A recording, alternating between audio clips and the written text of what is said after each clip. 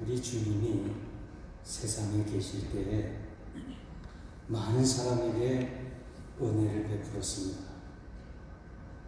문둥병자를 고쳐주시고, 소경의 눈을 뜨게 하시고, 가늠하다가 잡힌 죽어야 마땅한 여인을 살려주시고, 심지어는 죽었다가 다시 살게 하시고, 너무너무 많은 일을 하셨습니다. 성경에 기록되지 않으면 다른 표적도 많이 있다고, 그러나 생략할 수밖에 없다고 요한복음 20장 30절에서 말씀합니다. 이렇게 수많은 사람이 은혜를 받았는데, 은혜 받은 후에 이들이 어떻게 변화됐을까? 이들이 무엇을 하면서 살았을까? 하나님 앞에 얼마나 헌신했을까? 여기에 대해서는 기록이 없어요. 이게 궁금한 거예요. 여러분 궁금하지 않으세요? 어떻게 이렇게 은혜 받은 사람이 그 다음에 무엇을 했는가? 성경에는 언급이 없어요. 참 이것이 궁금해요. 아마 나만 궁금한지 여러분 어떤지 모르겠어요. 그래서 이 문제에 대해서 해석해 주는 사람이 없어요. 그래서 제 자신을 통해서 해석하고 싶어요. 저는 피난을 대구로 갔습니다. 대구에서 어느 날 그 국민학교 때 중병을 얻게 됐습니다. 의사가 저를 수술했습니다. 저희 매형의 친구가 집도를 했습니다. 그리고는 하는 말이, 이거는 지금의 약으로는, 의술로는 고칠 수 없는 병이다. 수술하고 해결되는 것이 아니라 또 재발하니까. 그래서 할 수 없다고. 그래서 저는 죽음의 날을 기다렸습니다. 그런데 들려오는 소리가, 저 서울에 가면 변계단 권사님이라는 분이 계시는데, 그 권사님은 기적을 행하시는 분이라는 얘기를 듣고 어머니 등에 업혀서 그 서울을 찾아왔습니다. 거기서 저는 소원 기도를 합니다. 하나님이 나를 낫게 해주시면 난 평생 주를 위해 살겠습니다. 그렇지 않으면 하나님이 나를 데리고 가십시오. 너무 고통이 심해서. 어떤 분은 한 번 기도받고 나는 사람이 있고, 어떤 분은 열흘 이렇게 기도받고 나는데, 저는 10개월을 변계단 권사님 재단에 갔습니다. 그 기도를 받으면 좀 병이 나야 되는데 더 아파요. 더 아파요. 막 몇 번이도 저희 어머니가 제 옆에서 흔들어요. 내가 죽은 줄 알고, 영걸아, 병원에 가서 죽자. 병원에 가서 죽자. 난 아직도 그 음성의 어머니의 소리가 생생해요. 왜? 죽을 병이니까, 이제 기도받아도 안 나니까. 괜히 작은 아버지 집에 왔다가 믿지 않는 가정에서 아버지도 세상을 떠나고, 이렇게 어머니 홀로 감당할 수 없으니까 병원에 가서 죽자. 저는 거기서, 아니요, 나는 기도받다 죽겠습니다. 그러면서 성령의 뜨거운 불을 체험하고 10개월 만에 기적을 체험했어요. 그래서 이제는 정말 주를 위해 살겠다고 뜨거운 마음을 가지고 중학교, 고등학교를 다니다가 고등학교 3학년쯤 돼서 진학을 해야 되는데 목사가 되겠다는 걸 다 잊어버렸어요. 그리고 어떻게 하든지 가난했기 때문에 돈을 많이 벌어야 돼서, 그리고 장로가 돼야 되겠다. 우리 어머니도 네가 꼭 목사가 되는 것이 아니다. 장로가 돼도 된다. 저를 가르쳐줬던 강도사님, 지금은 이제 뉴욕 퀸즈 장로의 장용춘 목사님 은퇴하셨지만 그분이 저를 강도사실에 가르쳤어요. 또 담임 목사님인 윤두한 목사님도 목사는 아무나 되는 게 아니라, 그래서 저는 다 잊어버렸어요. 그리고 목사 안 되려고 했어요. 그런데 어느 날 하나님께서 강권적으로 누구를 보내서 저의 과거를 다 드러내게 하고 그냥 강권해서 신학대학으로 보내서 오늘 제가 이 자리에 서게 됐습니다. 저는 제 자신을 비추어 봐서 은혜 받는 것은 참 어려워요. 시간이 필요해요. 그러나 받은 은혜를 쏟아버리는 순간이에요. 은혜 받는 건 그렇게 힘들지만 받은 은혜를 그냥 쏟아버리는 건 너무 쉬운 거예요. 고린도후서 6장 1절 보면 우리가 하나님과 함께 일하는 자로서 너희를 권하노니 하나님의 은혜를 헛되이 받지 말라. 은혜를 헛되이 받는 것이 무엇입니까? 하나님이 우리에게 은혜를 주실 때는 목적이 있어요. 그 목적에 합당하게 살지 못하고 성령의 열매가 없는 삶은 은혜를 헛되이 받는 것입니다. 빌립보서 1장 20절 보면 오직 너희는 그리스도의 복음에 합당하게 생활하라. 여러분들이 하나님의 자녀로 부르심을 받았어요. 지금까지 하나님의 은혜로 여기까지 왔어요. 오늘 이 자리에 여러분들이 앉아있다는 자체가 하나님의 은혜가 아니면 앉아있을 수가 없는 거예요. 그 은혜에 합당하게 우리가 천국 시민답게 살아가야 되는 거예요. 오늘 본문의 내용은 이스라엘 자손들이 애굽 땅에서 나온 지 3개월 만에 시내산에 도착했어요. 이스라엘 백성들이 이 근처에서 11개월 머물면서 율법을 받게 됩니다. 하나님은 이스라엘 백성들을 애굽에서 구원해 주셨어요. 그리고 저들로 하여금 홍해를 건너게 하셨어요. 홍해를 건너는 이 이유는 저들이 홍해를 건너고 나서 하나님이 살아계셨다는 사실을 알 수가 있게 됐습니다. 이스라엘 백성들을 이렇게 하나님이 사랑하시고 그리고 하나님의 거룩한 백성으로 소유된 나라로 삼아주시겠다고 그렇게 말씀을 했습니다.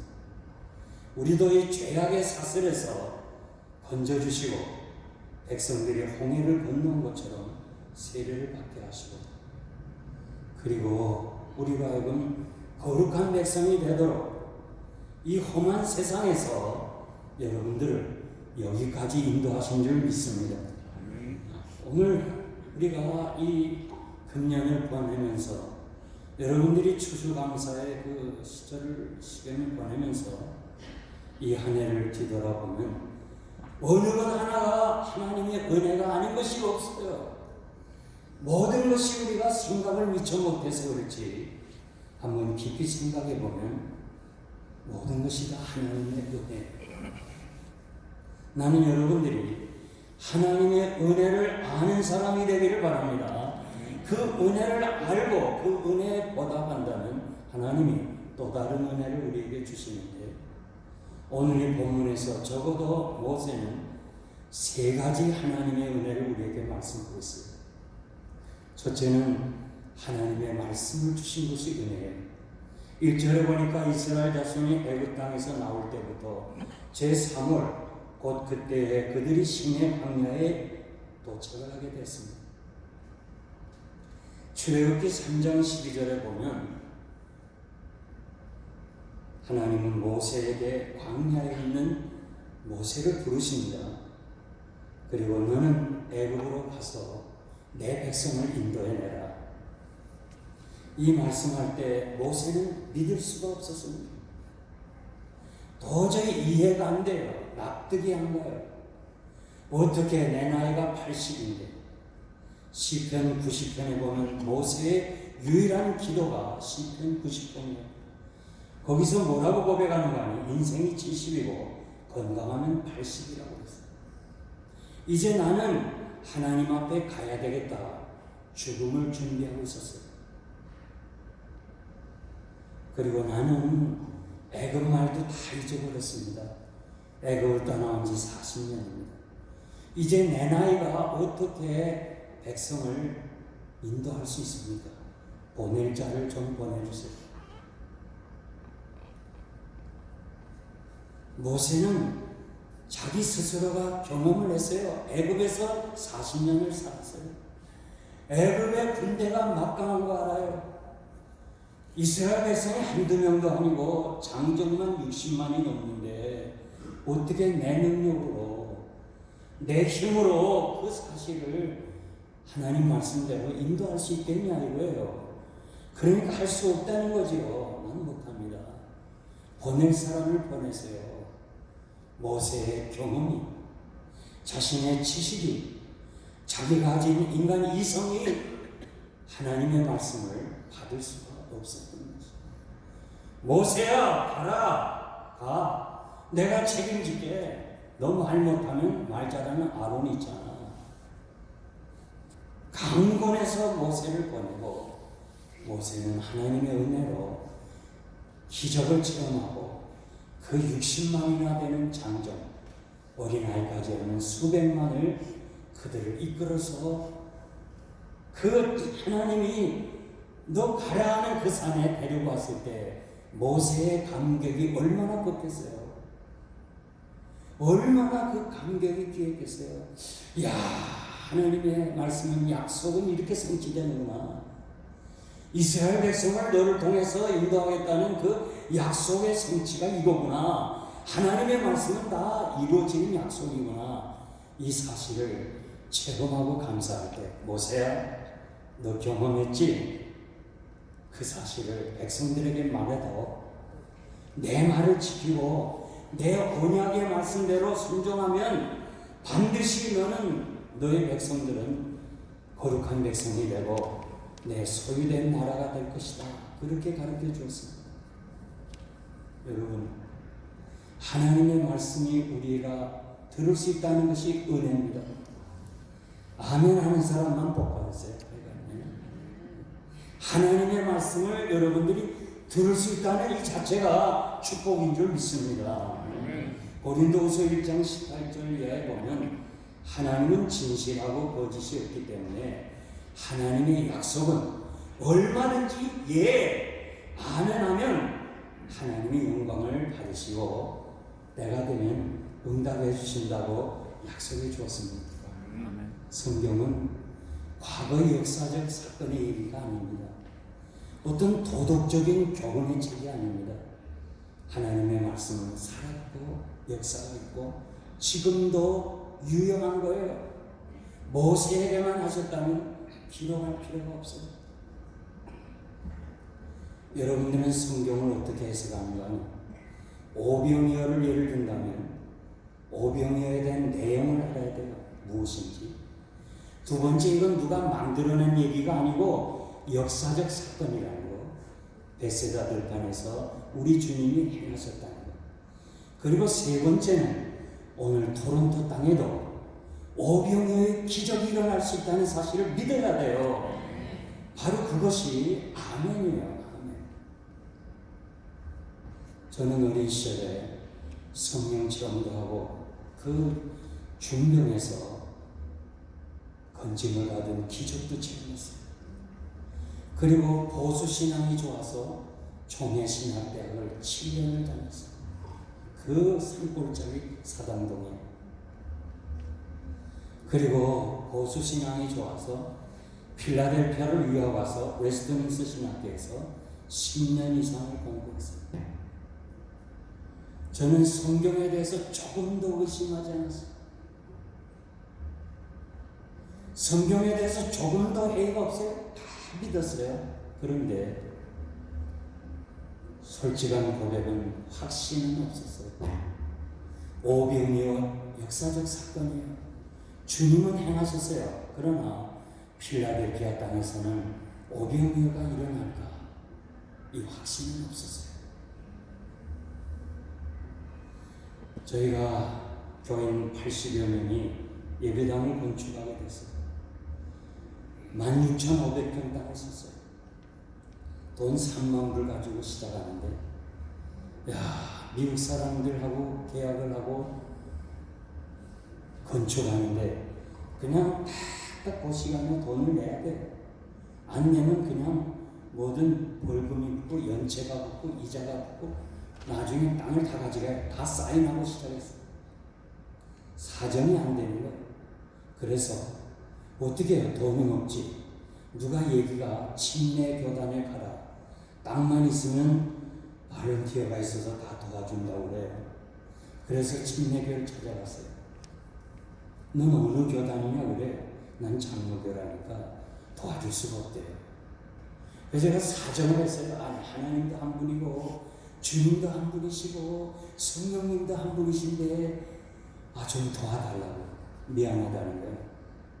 이 정책이 침례교만 도와주라는 거예요. 많은 돈을 도네이션한 그 성도들이 침례교로만 도와줘요.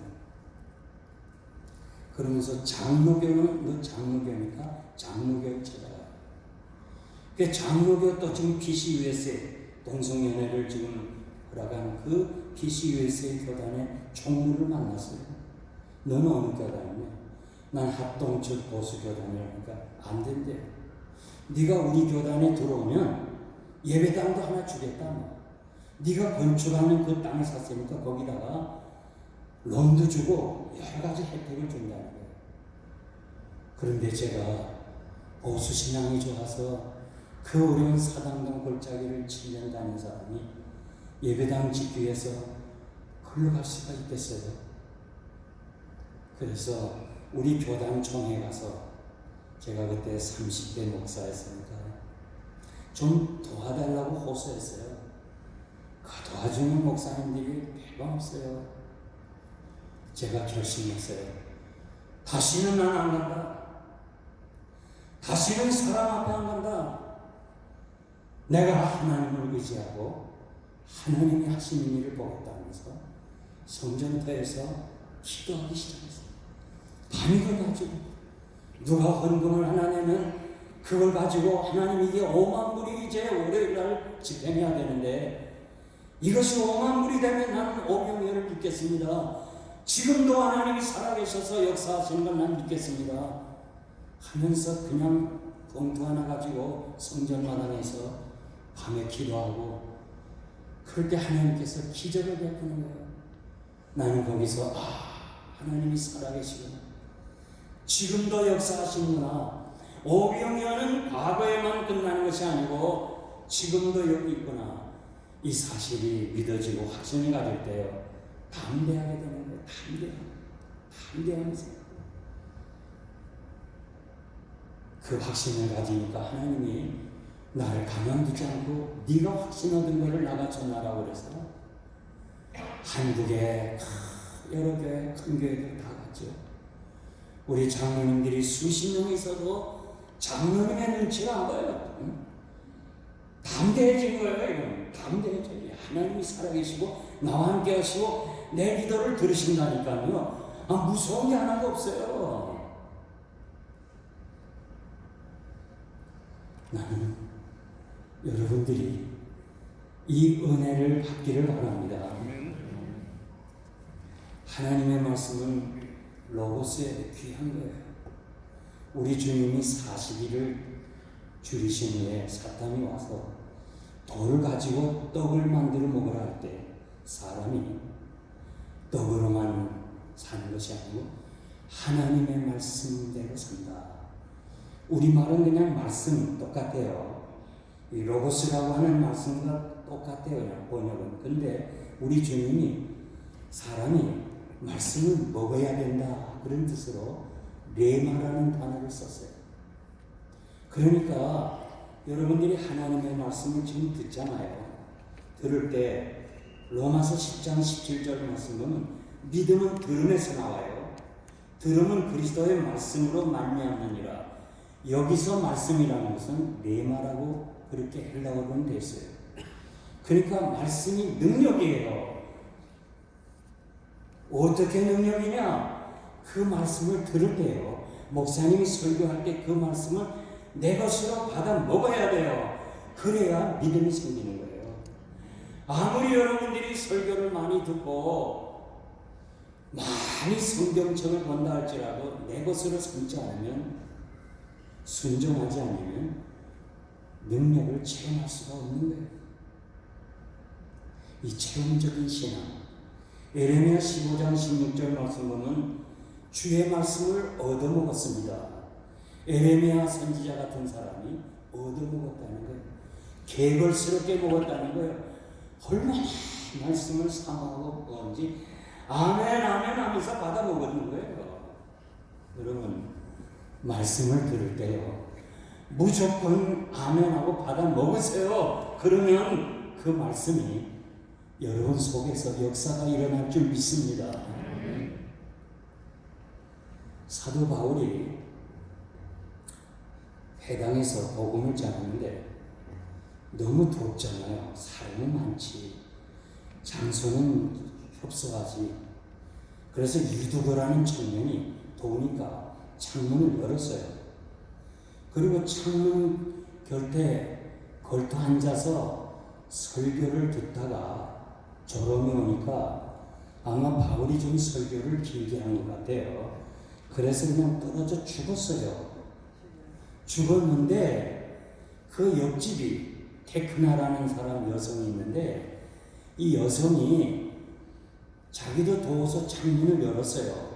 그러니까 유두거가 열어놓은 창문으로 바울이 설교할 때 바로 테크나도 들었어요. 들으려고 듣는 게 아니고 자연히 들었어요. 제가 이번에도 한국에 가서 참 이 선교지랑 가서 한국에 좀 집회를 여러 개 하느라고 오래 좀 있었는데, 식당에 가보니까 웬 여자들이 그렇게 많이 와요. 낮에.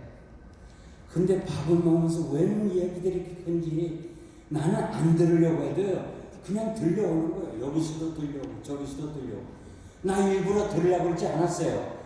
근데 밥을 먹으면서 왜 그렇게 시끄럽게 먹어요?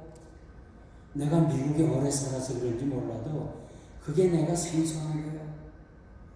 들어도 아무 유익도 없는데 이게 자꾸 들려와요. 테크나도 마찬가지예요. 지금 애인과 함께, 혼자와 함께 앞으로 미래를 즐기면서 계획을 하고 있는데, 자기도 들으려는 게 들은 게 아니라 창문을 통해서 바울의 설교를 듣고 결혼하지 않고 바울의 첫 번 여제자가 되고 첫 번 순교자가 된 교회가 바로 두로아에 가는 기념교회가 있어요. 제가 그 자리에 강대성 밑에서 참 기도하면서 테크나의 그 아름다운 헌신을 묵상하게 되었습니다. 여러분, 누구는 앉아서 들어도 좋지만 누구는 밖에서 들어도 진짜 하나님의 말씀을 듣고 아멘하고 받아 먹으면 역사가 일어나는 거예요. 아멘입니까? 네, 아멘입니까? 해야 아멘이 나와요.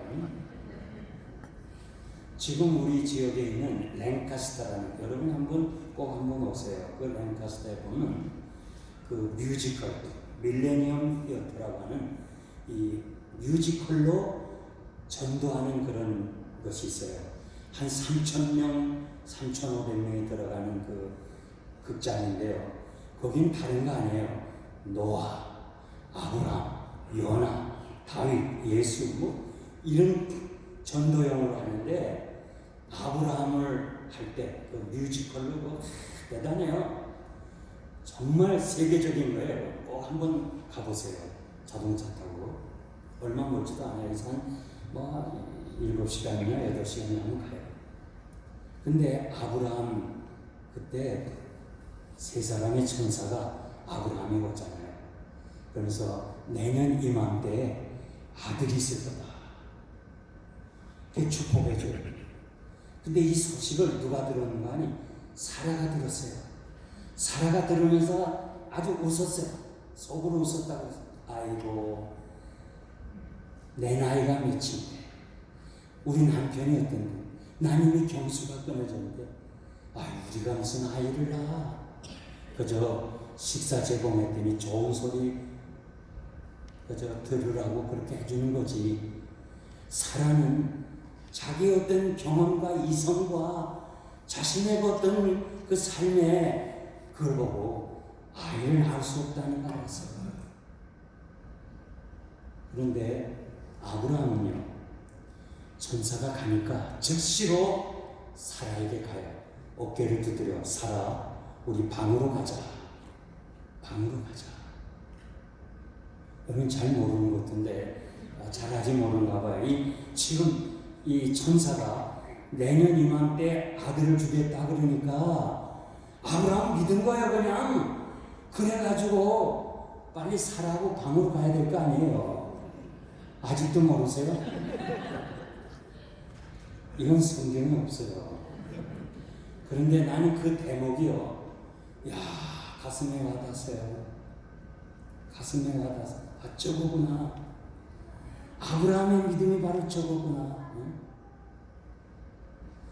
도저히 천사들의 말씀이 이해가 안 돼요. 안 돼, 이거는. 나는 아이 낳을 수 없어. 내 아내도 낳을 수 없어요. 그런데 하나님의 사람이 내년이면 때 아이 낳으니까 오케이, 아멘 하고 그 다음에 실행에 옮긴 거예요. 그래서 100세의 아들 낳지 않았어요. 난 여러분의 신앙이 아브라함의 신앙이 되기를 바랍니다. 여러분이 영락교회 잘 알아요. 한경직 목사님이 성전 건축하는 그 시절에 어렵죠. 그 시절에 제일 큰 교회에 졌습니다. 교인들에게 이렇게 말했어요. 우리가 피난 올 때, 거긴 대개 200사람이니까 피난 올 때 다 빈손 들고 오지 않는데 우리 이제 교회를 건축하자. 그러면서 다음 주일에 열을 먹을 것만 남겨두고 다 우리가 하나님께 건축을 드리자. 이 말씀을 150명이 들었어요. 150명이. 이 150명이 듣고 진짜 순종한 사람은 53명이 순종했어요. 그러니까 말씀을 듣는다고 다 순종하는 거 아니잖아요. 150명이 다음 주일에 우리가 열을 먹을 것만 남겨두고 나머지는 다 건축원금하자. 우리 빈손 들고 왔잖냐. 그 설교에 아멘한 사람이 53명이에요. 그러니까 그저 150명이 들었으니까 3분의 1 정도 들었어요. 30년이 지난 후에 한국의 300대 기업에 53명이 다 들어갔어요. 나는 여러분, 우리가 하나님의 말씀을 들을 수 있다는 게 은혜예요. 이 험한 세상에서, 이 광야 같은 세상에서 어디서 하나님 말씀을 듣겠어요? 여러분들이 세우신 목사님, 나 이번에 처음 봤는데 정말 가만 보니까 잘생겼어요. 아주 좋은 목사님이 오셨어요. 네? 이 목사님의 말씀을 들을 때요, 여러분 지식으로 듣지 말아요. 경험으로 듣지 말아요. 이성으로 듣지 말아요. 무조건 목사님이 하나님이 세워주셨으니까 아멘하고 받아봐요. 하나님이 영광을 받으시고 때가 되면 반드시 응답해 주실 줄 믿습니다. 두 번째 은혜가 하나님의 교회예요. 3절에 보니까 모세가 하나님 앞에 올라가니, 이 올라간다는 말은 하나님께 가까이 간다는 말이에요. 산에서 그를 불렀습니다. 하나님 어디나 다 계셔요. 다 계시지만 하나님이 우리를 만나주시기로 정하신 장소가 있다고 신명기 12장 5절에서 말씀합니다. 오직 너희 하나님 여호와께서 자기 이름을 두시려고 너희 모든 집가 중에서 택하신 곳 그곳에 찾아 나가서 번제와 희생을 드리라. 시편 132편 13절에 보면 여호와께서 시온을 택하시고 자기 거처를 삼고자 하여 이르시기를 이는 나의 영혼이 쉴 것이라. 시온은 오늘의 교회를 가리킵니다. 모세가 애굽 왕 바로에게 우리가 하나님께 제사를 지내겠습니다. 애굽의 신은 황소입니다. 이 황소를 잡아서 하나님께 드리겠다는 거예요. 허락할 수가 없죠. 안 된다 할 때 하나님이 재앙을 내리시잖아요. 그래서 할 수 없이 그래 그럼 드려라. 아니요, 3일 길을 가겠습니다. 안 돼. 3일 길 가다가 이스라엘 백성이 다 도망가면 어떡하겠어요? 안 된다. 또 재앙이 내려요. 할 수 없이 3일 길을 가도록 허락했습니다. 왜 모세가 사흘 길을 가서 하나님께 예배를 드리겠다고 했습니다. 제가 성지순례를 하는데 가다가 어느 광야 같은 정말 허벌판에 버스가 스탑을 해요. 그래서 다 내리라고 하더니 그 오솔길 같은 그 길에 가이드 안내자가 이 길이 아브라함이 이삭을 모리아산 제단으로 데리고 가기 위해서 간 길이라는 거예요. 저는 이렇게 세월이 갔는데도 자기 아들 아브라함이 이삭을 데리고 간 그 길이 지금도 황량해요. 그런데 왜 아브라함이 사흘 길을 가서 자기 아들을 바쳤겠어요? 아브라함은 자기 곁에 제단이 있어요. 얼마든지 있어요. 그런데 왜 사흘 길을 고집했어요? 왜 모세가 사흘 길을 고집했어요? 사흘 길이 어디예요? 우리가 사흘 길을 가야 되는데 사흘 길이 어디예요? 사흘 길은 예수님이 십자가에 죽으시고 3일 만에 부활하셔서 세우신 교회가 바로 사흘 길이에요. 교회라고 다 같은 교회가 아니에요. 교회에서 예수 그리스도의 십자가 보혈이 흘러야 돼요. 예수 그리스도의 십자가의 부활을 증거해야 돼요. 그것이 진정한 교회입니다. 아니, 건물만 있으면 교회가 아니에요. 오늘 십자가 부활을 믿지 않는 사람들이 얼마나 많아요. 민수기 9장 15절에서 17절 말씀 보면 성막을 세운 날에 구름이 성막을 덮었어요. 저녁이면 성막 위에 불 모양 같은 것이 나타나고 아침까지 있었더라. 낮에는 구름 기둥, 밤에는 불 기둥이. 성막이 뭐예요? 하나님이 함께 하신다는 임재를 상징합니다. 백성들이 항상 성막을 바라보면서 하나님이 우리와 함께 하신다는 사실을 알았습니다. 성막은 면회하는 집이라는 거예요. 하나님과 우리가 면회할 수 있는 그것이 바로 성막이에요. 이제 이스라엘 백성들이 가나안에 들어와서 열왕기상 9장 3절 보니까 솔로몬이 성전을 지어요.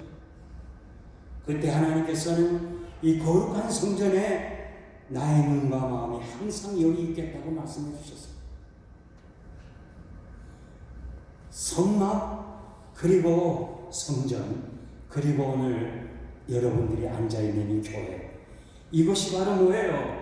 하나님이 여기 계시는 거예요. 히브리서 11장 6절 보면 하나님의 집에 나와서 예배 드리는 사람은 하나님이 살아계신 것과 자기에게 예배 드리는 자에게 상 주시는 이심을 믿으라고 했어요. 여러분들이 오늘 예배 드리러 나오세요. 여기에 하나님이 살아계신 걸 믿어야 돼요. 지금 이전에 하나님이 함께 하시는 것을 여러분들이 믿어야 되는 거예요. 그래야 우리 예배를 하나님이 받으시는 거예요. 야곱이 딸 디나가 세겜에 구경 갔다가 그 추장 세겜에게 강간을 당하잖아요.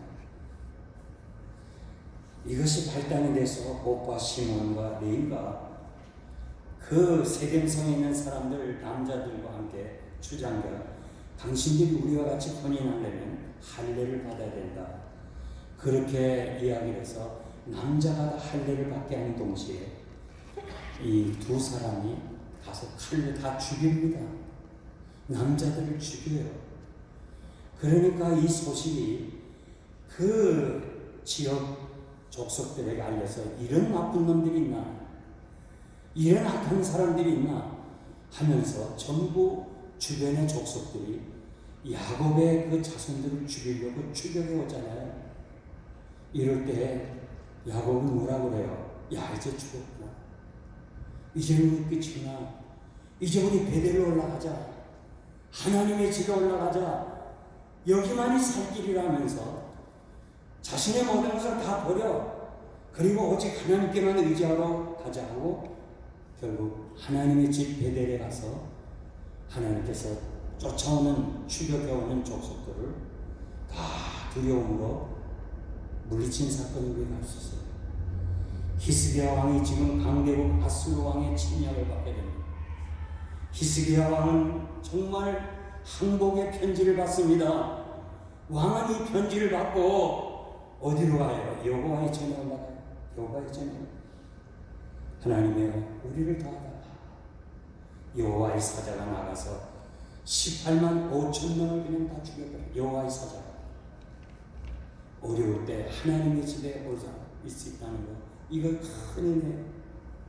위기를 만날 때 도울 힘이 없는 인생을 의지하지 말고 여러분들이 교회를 통해서 때를 따라 돕는 하나님의 은혜를 체험하시기를 바랍니다. 제가 살고 있었던 이 필라델피아는 흑인들이 많아요. 우리 교민들이 유대인을 통해서 가게를 인수받았어요. 그런데 이제는 우리의 그 자녀들이 다 대학을 나오고 성인과 가정을 이루면서 이제 그 가게를 팔아야 돼요. 팔아야 되는데 한국 사람이 사야 되는데 요즘 이민 오는 사람은 돈을 많이 가져오기 때문에 위험한 지역에 가게를 살라고 했거든요. 그래서 지금 많은 가게들이 그냥 문을 닫고 나와야 돼요. 왜냐하면 개혁 마켓이 생기는 바람에 옛날에 그렇게 잘 되던 권리금 많이 준 가게들 다 문 닫아요. 그게 실정이에요. 우리 집사님 한 분이 이렇게 가끔 저에게 목사님 이제 내가 가게를 팔아야 되는데 참 팔리지 않습니다. 좀 기도해 주세요. 그리고 가끔 두 분이 밤에 와서 철야 기도를 해요. 강단 밑에서 도와달라. 그런데 어느 날 도미니카 사람이 와서 가게를 샀어요. 그것도 부르는 대로 다 줬어요. 건물은 팔 생각도 안 했는데 건물까지 다 샀어요. 그래서 전부 현찰이잖아요. 현찰. 남미 사람들.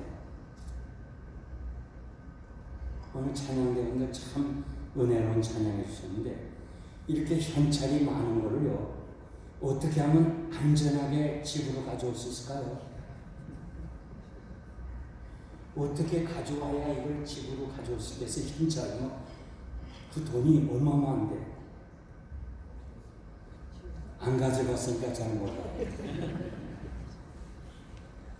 이 보자기를 피고 두 사람이 거기다가 보자기 쌌어요. 그리고 핀을 보고 배에다 쳤어요. 그 나이 드시면 알잖아요. 배에 쳐요. 그리고 겨울이니까 옷을 두 사람은 딱 입었어요. 그리고 집으로 오다가 남자 손집사님이 여보 우리가 11년 반 동안 흑인가에서 두 번 강도를 만났지만 하나님의 은혜로 이렇게 잘 마무리했으니 우리 하나님 앞에 먼저 가자. 교회를 찾아가자. 감사기도 하고 집으로 가자. 우리 정말 힘들게 살았지만 아들, 딸 대학 공부 다 시켰고 얼마나 감사하니. 두 부부가 집으로 가면 30분이 가는데 교회로 오면 1시간이. 그날이 월요일이에요. 월요일날 교회 들어와서 아무도 없어. 사모는 한 사람밖에 없어. 그러나 자동차는 많이 파킹돼 있어요. 우리 부목사들 잘하는 거 교회처럼 버스가 다 있잖아요. 많이. 예배당 들어와서 주여 감사합니다. 하나님의 은혜로 이렇게 사업을 했고 자녀들을 다 교육시켰고 이렇게 생각지 않았던 이 건물까지 팔았습니다.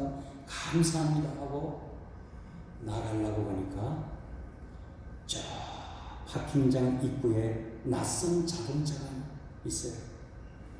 이 들어오려면 파킹해야 되는데 입구에 딱 서 있어요.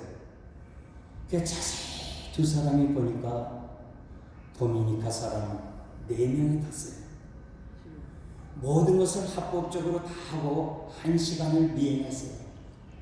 아마 4사람이 다 합작해서 그 권리금과 건물을 샀을 거예요. 그래가지고 이제는 강탈하려고.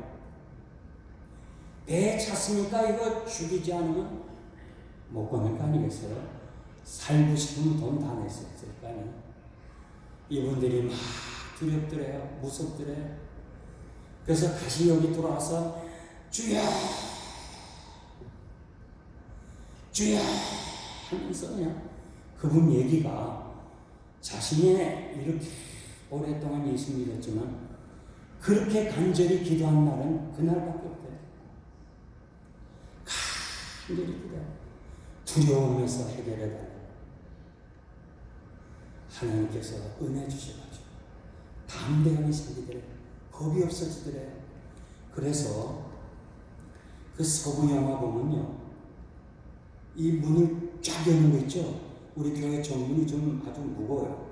이거 삐끔하게 여는 게 아니라 남편과 아내가 한 짝 문 한 짝씩 쫙 열고 둘이가 딱 서서 꼬라박대 이렇게 쫙. 니들이 강도지 하면서 쪼라박대. 움직이지 않더래. 도망갈 줄 알았는데 순간 또 무서움이 오더래. 그 후닥닥 안으로 들어왔어. 교회 안으로 들어와서 문 닫고. 그리고 교회 안에서 보니까 이게 사건만 하더래요. 경찰을 부르는 줄 알고, 이건 제 생각이에요. 경찰을 부르는 줄 알고 도망갑니다. 그러면서 이 집사님이 나한테 이렇게 말해요. 목사님이 여러 번 교회가 중요하다는 거, 교회가 어머니처럼 품어준다는 거 많이 들었는데 비로소 그날에 알았다는 거예요. 교회가 얼마나 중요한 것을 비로소 알았다는 거예요. 여러분들이 광야 같은 세상에서 이민의 삶을 살면서 때로는 어려운 일들을 당할 때가 있어요. 이 어려움을 당할 때 우리는 어떻게 해야 돼요? 도울 힘이 없는 인생을 의지하지 말라고 그랬어요. 국률하심을 받았으면, 하나님의 자녀가 되었으면, 하나님의 은혜로 산다면 반드시 하나님의 집에 나오라는 거예요. 때를 따라 도와주겠다고 하나님이 약속해 주었어요. 여러분, 사람에게 하지 말아요. 한 방울의 눈물이라도 하나님 앞에 흘려야 가치가 있지 사람 앞에 하지 말아요. 여러분들이 하나님의 집에 나올 때 하나님이 여러분들의 그 형편과 사정을 알아서 반드시 도와줄 줄 믿습니다. 우리 성도들은요, 교회 중심에서 살아가야 돼요. 여러분들이 살다 보면 취미생활도 해야죠. 또 경제를 위해서도 사업도 해야죠. 또 자녀 교육도 시켜야죠. 그리고 또 여러분들이 무슨 생활에 필요한 것을 가져야 되잖아요. 그러는 가운데 교회 생활도 해야지, 신앙 생활도 해야지. 이게 아니에요. 마치 피자를 나누어서 한쪽씩 이렇게 먹고 그 한쪽이 교회 생활이 아니에요. 여러분들이 교회를 중심에서 살아가야 돼요. 교회를 중심에서. 여러분들이 생활하는 거나 취미를 사는 거나 아이를 낳아서 기르는 거나 이 모든 것이 교회가 중심이 될 때 반드시 하나님께서 은혜로 함께 하실 줄 믿습니다. 마지막 세 번째는 하나님의 사랑이에요. 4절 보니까 나의 애굽 사람에게 어떻게 행하였은가, 내가 어떻게 독수리 날개로 너희를 오고 내게로 인도하였음을 네가 보았지 않느냐. 그 사실을 알려달라는. 하나님께서 이스라엘 백성들을 인도하고 그 사랑하신 것을 독수리가 날개로 오은 것 같이 했다고 했습니다. 세상에 모세만큼 하나님을 잘 아는 사람이 없어요. 그는 하나님을 너무나 잘 알아요. 그래서 그가 신명기에 보면 모압 평지에서 이제 40년 광야 생활을 끝내고 이 모압 평지에 2세가 가나안에 들어갈 때 뭐라고 말해요? 모세가 하나님이 40년 광야 생활을 독수리의 날개오분같이 너희들을 여기까지 인도했다고 그렇게 말씀하고 계십니다. 고대 세계에서 독수리는 가장 힘이 세고 가장 높이 나르고 가장 새끼들을 사랑하는 것을 독수리라고 얘기해요. 여러분, 독수리가 이렇게 강한 새가 된 것은 강한 훈련을 받고 있다는 거 잘 알아요. 독수리는 일부러 자기 집에서 그 집을 우리를 헐어버려서 새끼가 안 떨어지려는 건 막 밀어서 떨어뜨려요. 그러면 새끼가 안 죽겠다고 막 날개를 떨어지면서 바둥바둥 하면서 그 날개에 힘을 얻는 거예요. 떨어질상 싶으면 독수리가 날아와서 업어서 다시 올라가고 내려요. 이렇게 반복하면서 독수리는 강한 새가 되는 거예요. 사람은 모험을 싫어해 안정된 삶을 원해요. 이것이 인간의 본능이에요. 우리들의 마음이에요. 그런데 어느 날 갑자기 원치 않는 일이 생겨요. 어느 날 갑자기 병이 들어요. 어느 날 갑자기 나는 정말 왜 이렇게 아픔을 당해야 되나? 우리 가정에 왜 이렇게 어려운 문제가 있나? 내가 무엇을 잘못했나? 하면서